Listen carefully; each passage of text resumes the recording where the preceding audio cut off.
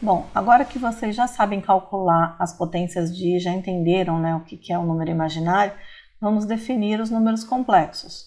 Então, números complexos. Um número complexo é todo o par ordenado AB, que é escrito da forma A mais BI, tal que A e B são números reais e I é a unidade imaginária. Essa forma é chamada de forma algébrica de um número complexo. Então, um número complexo, como o Descartes já tinha falado anteriormente, né, ele pode ter uma parte real e uma parte imaginária. Então, A seria essa parte real do número e B essa parte imaginária. Então, um número complexo inteiro seria Z igual a A mais BI. E ele é visto como um par ordenado, né, formado por A e B aqui, que são esses coeficientes que determinam os números, a parte real dele e a parte imaginária. Então, A é a parte real do número de Z, então a gente diz que A igual a RE de Z, né, essa nomenclatura, e B é a parte imaginária desse número Z, B igual a IN de Z, né, essa nomenclatura que a gente utiliza. Então, basicamente, um número complexo é aquele que tem parte real e parte imaginária. Então, alguns exemplos. Z1 é igual a 5 mais 2i. A parte real dele é 5, a parte imaginária é 2. Então, ele é um número complexo. Z2 é igual a π mais 2 terços de i. A parte real dele é π e a parte imaginária é 2 terços. Pode ser qualquer número real, inclusive um irracional, aqui não tem problema. Agora, se eu tiver como número Z3 igual a 7i, a parte real dele é nula, é 0, e a parte imaginária dele é 7. Então, ele tem A igual a 0 e B igual a 7. A gente diz nesse caso aqui, quando a parte real é nula, que o número é um número imaginário puro, né, que ele não tem o real. E o Z4 igual a 13, o A igual a 13 e B igual a 0. No caso aqui a gente tem um número real, né? A parte imaginária dele é nula, então a gente pode dizer que Z4 é um número real, mas ele não, por isso ele deixa de ser um complexo. Vou mostrar para vocês que os números reais estão contidos nos números complexos. Então, se a gente pensar no conjunto dos números complexos, a notação que a gente utiliza é esse C com a barrinha dupla, né? Assim como a gente faz com Z para inteiro, com R para reais, e assim vai. A cada número complexo Z está associado um único par ordenado, né? A B, que é a parte real e a parte imaginária. E aí vamos lembrar dos conjuntos numéricos. Primeiro a gente tem os conjuntos dos números naturais, como eu comentei há pouco, formado pelos números que representam contagem, então tem como exemplo o 0 e o 13, por exemplo. Depois a gente tem os números inteiros, que contêm os números naturais, que trazem aí, agregam a eles os números negativos, né, inteiros e menores do que 0, como por exemplo o menos 13 e o menos 7. Então, lembrem-se, né, que todo natural também é inteiro. N está contido em Z. Agora aqui a gente tem o conjunto dos números racionais, que surgiram para mostrar tamanho de medidas que não eram exatas. E aí, então, além dos números inteiros que também pertencem aos racionais, a gente tem números como as frações, 1/3, os números decimais, como 2,47, ou então as dízimas periódicas. Então, lembrando, Z está contido em Q e N também está contido em Z, portanto está contido em Q, né? Todo número natural é inteiro, todo número natural é racional. Todo número inteiro também é racional, né? No primeiro ano vocês aprenderam isso. Além do Q, a gente tem também os irracionais. A gente tem os racionais e os irracionais. Os irracionais são os números que não podem ser escritos na forma de fração, né, de modo com a escrita racional. Então, por exemplo, raízes quadradas ou outras raízes não exatas, como raiz de 2, o π, ou então dízimas não periódicas, que nesse caso seria 70, 700, 7000, por exemplo. Então, a junção dos irracionais com os racionais dão para a gente o conjunto dos números reais. Então, todos esses números que estão aqui são números reais. Os números complexos, eles vão além disso. Os números complexos, ele está aqui, ó, por fora, né? Ele contém todos os outros conjuntos. Então, aqui, além dos reais, a gente tem, por exemplo, o menos 7i, o i, o 2 mais i, né? Então, a gente tem tanto os imaginários puros como os imaginários que têm parte real e parte imaginária. Os complexos, desculpa, que tem parte real e parte imaginária.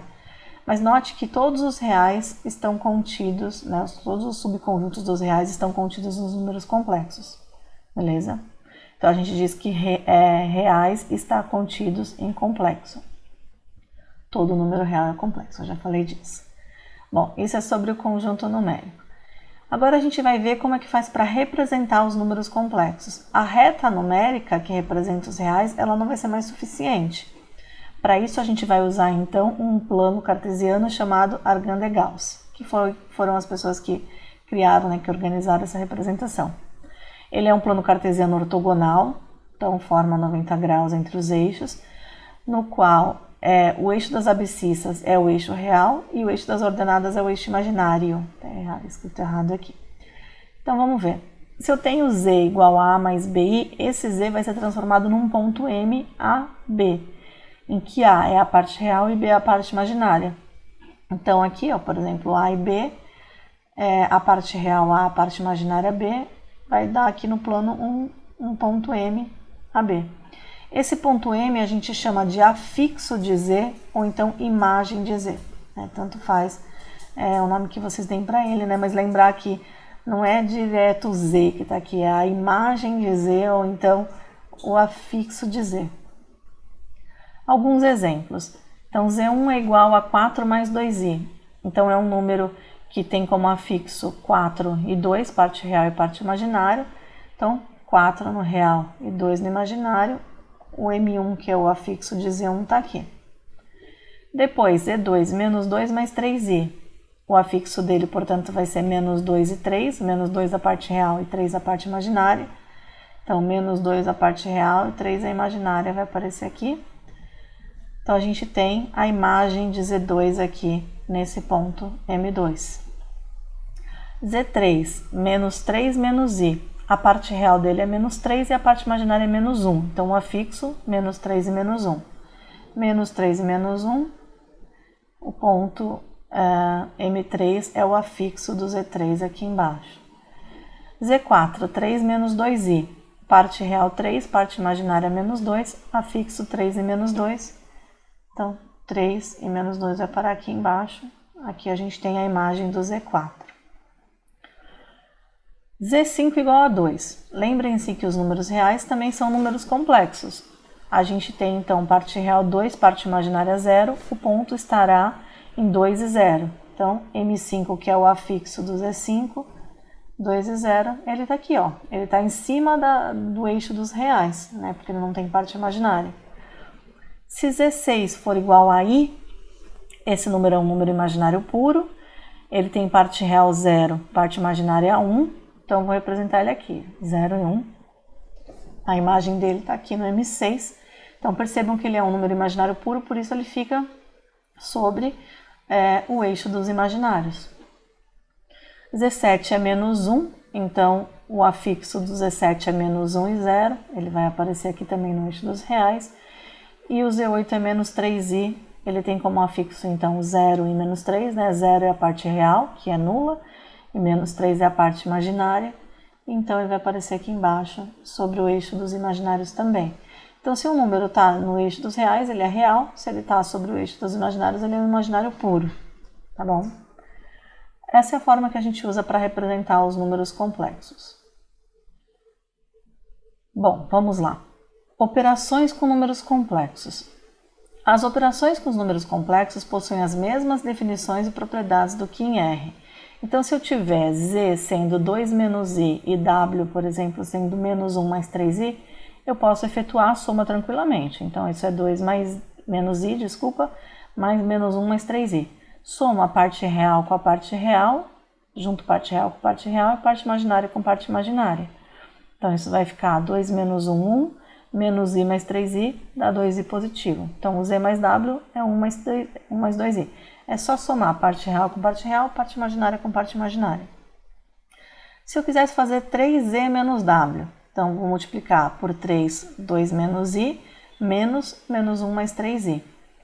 Então, primeiro eu vou trabalhar aqui, né, fazer a distributiva, tomar cuidado com o sinal. Então, isso vai ficar 3 vezes 2, 6, 3 vezes menos i, menos 3i, menos menos 1 vai dar mais 1, menos mais 3i, menos 3i.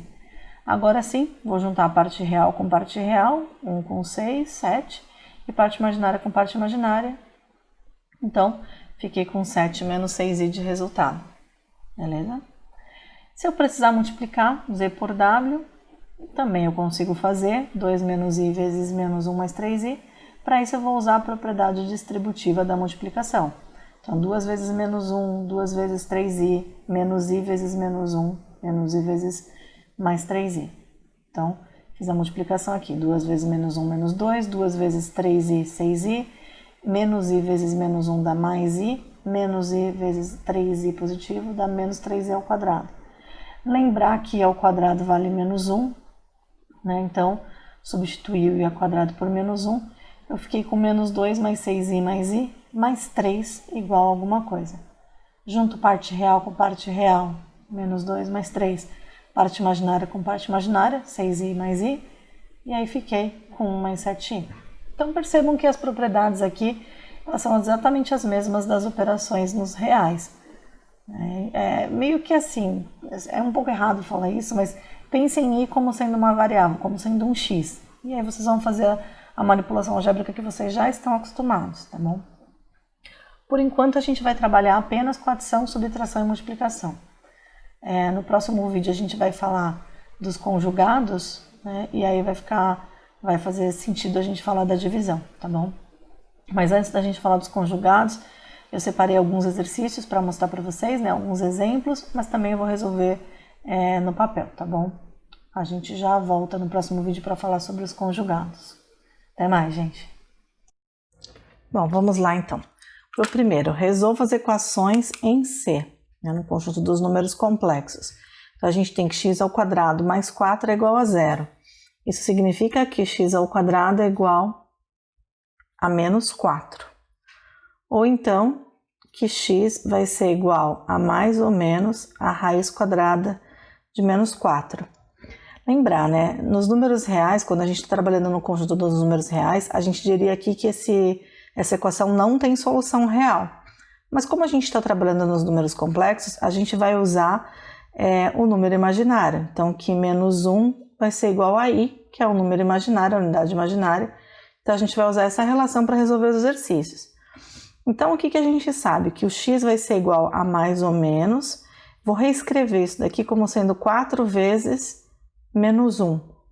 Por quê? Aí eu consigo analisar separadamente, ó, 4 vezes raiz de menos 1. Então, o x vai ser igual a mais ou menos 2, que é o que sai da raiz de 4, vezes i, que é o menos 1. Então, o que eu fiz? Eu reescrevi o menos 4 como sendo 4 menos 1, porque 4 tem raiz quadrada e a raiz de menos 1 vai ser o i. Então, conjunto de solução aqui desse exercício é menos 2i e 2i. Certo? Agora vamos para o próximo. Menos x ao quadrado mais 4x menos 29 igual a 0. Aqui, muito provavelmente, a gente vai precisar de Bhaskara, né? Porque a gente não vai conseguir estimar por soma do produto aqui quais são as raízes. Então, a igual a 1, b igual a 4 e c igual a menos 29. Então, o delta vai ser b quadrado, 4 ao quadrado, menos 4, vezes a, que é menos 1, vezes c, que é menos 29. Então, delta deu 16, aqui vai dar menos 4 vezes menos 29. Se fosse menos 4 vezes menos 30, se fosse menos 4 menos 30, daria 120, mas são só 29, então são 116. Então, delta deu menos 100. Qual que é a raiz quadrada de delta? A raiz quadrada de delta vai ser a raiz quadrada de menos 100, que eu posso enxergar como sendo 100 vezes menos 1. Então, isso ficaria 10 raiz de menos 1, que vai ser igual a 10i. Então, a raiz quadrada do delta é 10i. Portanto, o x vai ser menos b, menos 4, mais ou menos a raiz quadrada de delta, que é 10i, dividido por 2 vezes o a, 2 vezes o menos 1. Então, isso vai ser menos 4, mais ou menos 10, dividido por menos 2. Eu tenho, portanto, x1 valendo 2 mais 5 e x2 valendo 2 menos 5, né? Eu tenho que dividir todos os termos aí por 2. Com isso, então, conjunto de solução... Opa, esqueci o i aqui, gente, desculpa. Vai ser 2 menos 5i e 2 mais 5i. Então, voltando. Quando eu cheguei no delta valendo menos 100, eu calculei a raiz quadrada de menos 100, porque eu estou aqui no conjunto dos complexos. Menos 100 é a mesma coisa que 100 vezes menos 1, a raiz de 100 é 10, a raiz de menos 1 é i. E aí eu usei essa relação para terminar aqui a forma resolutiva aqui da equação de segundo grau. Beleza? Terceiro exemplo. Agora aqui a gente tem uma equação de grau 4, mas a gente sabe aqui que é uma equação biquadrada. O que isso significa? Que no lugar de x ao quadrado, eu vou colocar y, né? Porque ela é quadrada e quadrada aqui. Então, eu vou reescrever. Ao invés de escrever x à quarta, eu vou escrever y ao quadrado, já que eu defini y sendo x ao quadrado. Mais 3y menos 4 igual a 0. Então, eu fiquei com uma equação de segundo grau, agora em y, né, que pode ser resolvida. Então, delta vai ser b quadrado, 3 ao quadrado, menos 4a, e o c que vale menos 4. Então, delta vai ser 12 mais 16. Fez certo isso? 12 é 9, né? 9 mais 16. Então, delta deu 25. Beleza? Raiz quadrada do delta, 5. Então, o y ele vai ser menos b, menos 3, mais ou menos a raiz quadrada de delta, dividido por 2a, dividido por 2. Então, eu tenho como y1 menos 3 mais 5, dividido por 2, que vai dar 1. E como y2, menos 3 menos 5, dividido por 2, que deu menos 4. Lembrem-se que a gente ainda não encontrou a raiz dessa equação, porque a equação pediu o valor de x, o que a gente encontrou até aqui foram os valores para y. Então, eu sei que x ao quadrado vai ser igual a 1, ou o x ao quadrado vai ser igual a menos 4. X ao quadrado igual a 1, o x vai ser igual a mais ou menos 1. E aqui nesse caso, eu vou ter que x vai ser igual a mais ou menos a raiz de menos 4. Mais ou menos a raiz de 4 vezes menos 1. A raiz de 4 é 2. E a raiz de menos 1 é i. Portanto, a minha solução vai ser menos 1, 1, menos 2i e 2i. Esse é o meu conjunto de solução. Tem 4 possibilidades aqui para substituir no x e a equação continuar. A equação não, a expressão continuar sendo zero. Beleza? Seja i a unidade imaginária, classifica as afirmações em verdadeiras ou falsas. Temos 3 afirmações aqui. A primeira dela diz o seguinte: a parte complexa de 3 vezes i elevado a 48 mais 10 vezes i elevado a 73 mais i elevado a 27 é 9. Então, a primeira coisa é reescrever essas potências de i. Vou fazer aqui embaixo quanto que equivale cada uma delas para a gente ficar mais limpo, né, o exercício. Então, i elevado a 48 é a mesma coisa que i elevado a 0. Porque se a gente faz 48 dividido por 4, a gente chega em 12, né? 12 vezes 4, 48, não sobra nada. Então, eu tenho 12 grupos completos daquele que se repete. Então, i elevado a 48 é 1. I elevado a 73. Então, de novo, a gente vai ver quantos grupos daquele a gente tem que se repetem. A 73 vai dar 1. Eu gosto de fazer assim, por partes, né? 10 vezes 4 são 40, então sobram 33. 8 vezes 4 são 32, sobra 1. Então, aqui eu tenho 18 grupos completos e sobra 1. Então, i elevado a 73 é a mesma coisa que i elevado a 1, que é i. Beleza? 18 grupos completos mais o próximo termo da sequência. Agora aqui, i elevado a 27 vai ser igual 27 aqui dividido por 4, 27 dividido por 4 vai dar 6, vezes 4, que dá 24, sobra 3, é equivalente a i elevado à terceira, que é menos i. Beleza, agora que a gente descobriu, a gente vai resolver a operação que está ali. Então, 3i elevado a 48, mais 10i elevado a 73, mais i elevado a 27. Então, vai ser 3 vezes i elevado a 48, que é 1, mais 10 vezes i elevado a 73, que é i, mais i elevado a 27, que é menos i. Então, isso vai dar 3 mais 10i menos i. 3 mais 9i. O exercício diz pra gente que a parte complexa desse número era 9. A parte complexa tá aqui, é 9, então ela é verdadeira. Beleza? Agora vamos para o segundo. O segundo tem uma somatória com vários termos, né? E ele está dizendo, afirmando que essa somatória tem como resultado i. Então, vamos pensar no que acontece aqui. I elevado a zero a gente sabe que é 1, i elevado à primeira é i elevado ao quadrado é menos 1, i elevado à terceira é menos i. E aí a gente continua. Mais i, menos 1, menos i, e por aí vai, né? Então, o que a gente pode observar? Que esses 4 primeiros termos, eles se anulam. Então, a cada 4 termos, eu tenho algo se anulando aqui. Esses 4 termos, eles estão se anulando.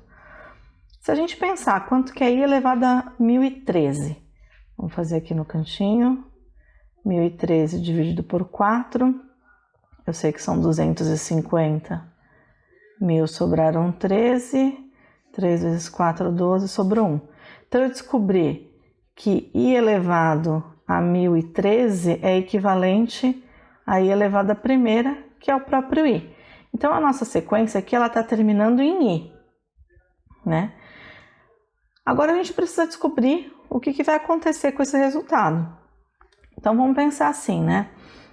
Antes do i, eu teria o 1, que é o primeiro termo dessa sequência. Então, antes disso, eu teria o menos i, o menos 1, é como se eu estivesse escrevendo aqui de trás para frente, né? Então, a sequência ela terminaria dessa forma. 1 mais i, menos 1, menos i, mais 1, menos i, porque eu sei que esse último termo é mais i. Até aqui, olha, vai ter mais um grupo se anulando.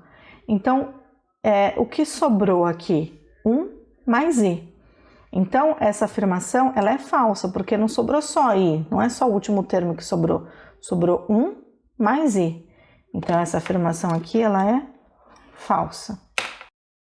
Esse exercício aqui, ele pede uma manipulação algébrica que não é tão fácil de enxergar, mas eu vou mostrar para vocês como que pode resolver algo assim. Então, eu tenho 2 mais i elevado a 101 vezes 2 menos i elevado a 50, dividido por menos 2 menos i elevado a 100, vezes i menos 2 elevado a 49. Eu estou desconfiada disso daqui, olha, que dá para a gente simplificar cada uma dessas divisões. Porque 101, 100, 50, 49, parece que tem alguma coisa aí. Então, o que eu vou fazer? Eu vou reescrever esse menos 2 menos i e tentar fazer ele virar 2 mais i. Então, 2 mais i elevado a 101 dividido por menos 1 vezes 2 mais i. Vocês concordam que isso é igual a isso? Imagino que sim, né? Vou fazer essa parte, depois eu faço a outra. Então, eu fiquei que 2 mais i elevado a 101 vai ser igual a menos 1 elevado a 100 vezes 2 mais i elevado a 100. Aí ficou bom, né? Porque 2 mais i elevado a 101 por 2 mais 1 elevado a 100, eu tenho 101 fatores em cima e 100 embaixo, então vai sobrar só 2 mais i. E menos 1 elevado a 100 é 1. Então, essa primeira parte da igualdade vale 2 mais i. Agora, a mesma coisa no outro, olha. 2 menos i elevado a 50, e eu vou multiplicar por menos 1 também aqui.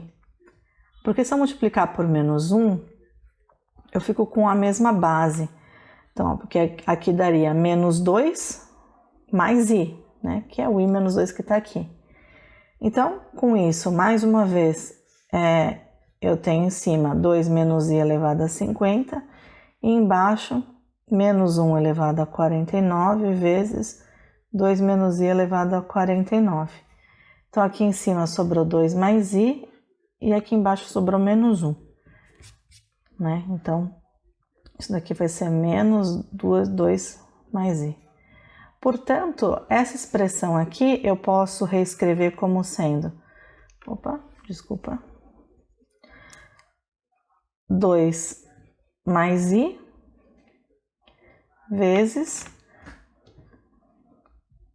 menos 2 menos i. Se a gente quiser já aplicar aqui o quadrado. Então, esse vezes esse vai dar menos 4, menos 2i, menos 2i, menos i quadrado. Então, menos 4, menos 4i, menos menos 1 vai dar mais 1, isso deu menos 3, menos 4i. Então, sim, é um número imaginário, isso é verdadeiro, né? Caso a parte imaginária se anulasse, seria um número real, mas não aconteceu. Beleza? Determine x pertencente aos reais para que z, x ao quadrado mais 2x, mais x mais 2i seja imaginário puro. Então, para que esse número seja imaginário puro, a gente sabe que a parte real de z tem que ser 0 e que a parte imaginária de z precisa ser diferente de 0. Só assim a gente tem um número imaginário puro. Por quê?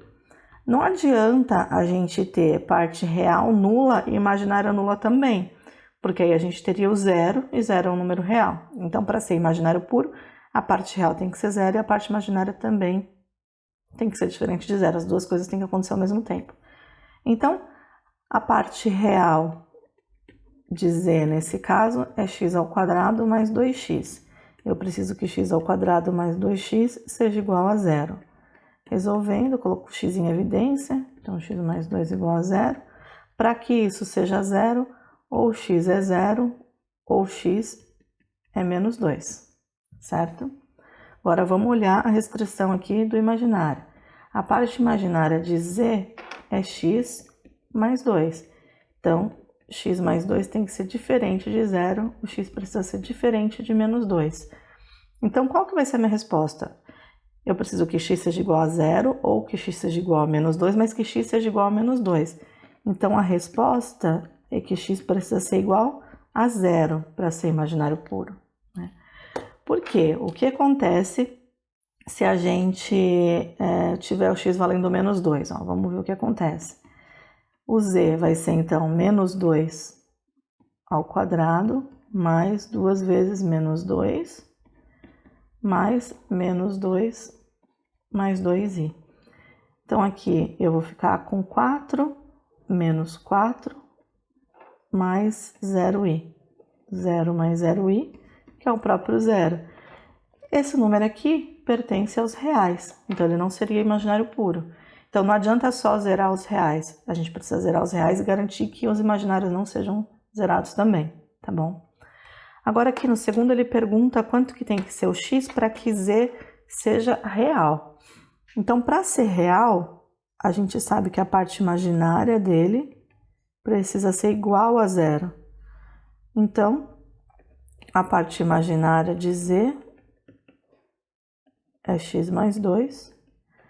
Então, x mais 2 tem que ser igual a 0, x tem que ser igual a menos 2, que foi o caso que a gente acabou de analisar lá em cima, né? Quando x for igual a menos 2, a gente vai ter como número imaginário o 0. Número imaginário não, como número real, desculpa, o 0. Beleza? Agora o quarto exercício diz o seguinte: os afixos de dois números complexos são m, 2 e menos 1, e n, 3 e x. Sabe-se ainda que z1 vezes z2 pertence a R. Então, esses números complexos têm esses afixos e que um vezes o outro vale R. Então, vamos pensar o seguinte: se o afixo do z1 é m, eu posso dizer que o z1 tem como parte real 2 e como parte imaginária menos 1. Então, o z1 vai ser 2 menos i. Parte real 2, parte imaginária menos 1. E o n, que é o afixo de Z2, vai revelar para a gente que o Z2 tem parte real 3 e parte imaginária x. Então, parte real 3 e parte imaginária x, beleza? Então, essa informação que a gente tem a partir dos afixos. E a gente sabe ainda que Z1 vezes Z2 é um número real, pertence aos reais. O que isso significa? Que a parte imaginária é nula. Então, vamos pensar o que isso significa, né, aqui com as contas. Z1 vezes Z2 vai ser 2 menos i vezes 3 mais xi. Vou efetuar a distributiva aqui, 6 mais 2xi menos 3i menos xi quadrado. Então, isso vai dar 6 mais 2xi menos 3i. I ao quadrado é menos 1, então aqui vai ficar mais x. Então, eu tenho aqui a parte real 6 mais x e a parte imaginária 2x menos 3i. Né? Então, essa aqui é a parte real de Z1 vezes Z2. E essa aqui é a parte imaginária de Z1 vezes Z2. O que a gente sabe? Que a parte imaginária tem que ser nula. Então, que 2x menos 3 precisa ser 0. Ou então, que 2x tem que ser 3, que x tem que ser 3 meios. Então, para x igual a 3 meios, eu vou ter essa parte imaginária nula. Beleza? Então, a gente encontrou o valor de x. Então, vocês estão vendo que eu tive que fazer uma gambiarra aqui, porque eu tinha copiado o enunciado errado do 5º exercício. Agora tá certo. Foi construído no plano Argand-Gauss um polígono cujos vértices estão sobre as raízes de x² menos 16 igual a 0 em complexos. Qual é a área desse polígono em unidades de área? Então, o primeiro passo é descobrir quais são as raízes. Aí, então, a gente representa essas raízes no plano Argand-Gauss e aí calcula a área. Então, vamos resolver. x² menos 16 é igual a 0. Então, a gente tem uma equação de grau 4. A gente vai usar aquela estratégia, então, de chamar de y x ao quadrado, porque assim a gente fica com que y ao quadrado menos 16 igual a 0. A gente não sabe resolver para x², mas a gente sabe resolver para y ao quadrado. Então, eu uso esse artifício aqui das equações biquadradas. Então, y ao quadrado é igual a 16, y vai ser mais ou menos 4. Mas a gente não quer saber o valor de y, a gente quer saber o valor de x. Eu sei que x ao quadrado é igual a y, portanto, x ao quadrado vai ser igual a mais ou menos 4. Se x ao quadrado for igual a 4, o x1 vai ser 2 e o x2 vai ser menos 2, né? Porque a gente faz x ao quadrado é igual a mais ou menos a raiz de 4. Agora, se o x ao quadrado for igual a menos 4, a gente vai ter x sendo igual a mais ou menos raiz de menos 4. Raiz de menos 4 é a mesma coisa que raiz de 4 vezes menos 1. Então, x vai ser igual a mais ou menos 2 vezes raiz de menos 1, que é a mesma coisa que mais ou menos 2i. Então, o x3 vai ser 2i e o x4 vai ser menos 2i. Então, eu tenho como conjunto solução menos 2, 2, menos 2i e 2i. Então, agora a gente tem que pensar na figura. Vou fazer mais ou menos um esboço aqui. Aqui eu tenho o eixo dos imaginários, aqui eu tenho o eixo dos reais. Vamos pensar em quem são esses pontos, quais são os afixos desse ponto. Então, por exemplo, para a raiz ser menos 2, a gente vai ter como afixo, né, como o afixo desse ponto, sei lá, vou chamar de A. A gente sabe que ele vai ser a parte real menos 2 e a parte imaginária 0. O B, parte real 2, parte imaginária 0. O C, parte imaginária 0 e parte real menos 2, né, porque ele é o menos 2i. E o D, parte real 0 e a parte imaginária 2 positivo. Então, vou representar aqui. O A é menos 2 e 0, então mais ou menos aqui. O B é 2 e 0, então mais ou menos aqui. O C é 0 e menos 2. E o D é 0 e 2. Então, o polígono que está sendo formado está aqui. É um losango, né? Calcular a área desse losango tem diferentes formas. Eu vou optar por calcular a área de um triângulo aqui deles e multiplicar por 4.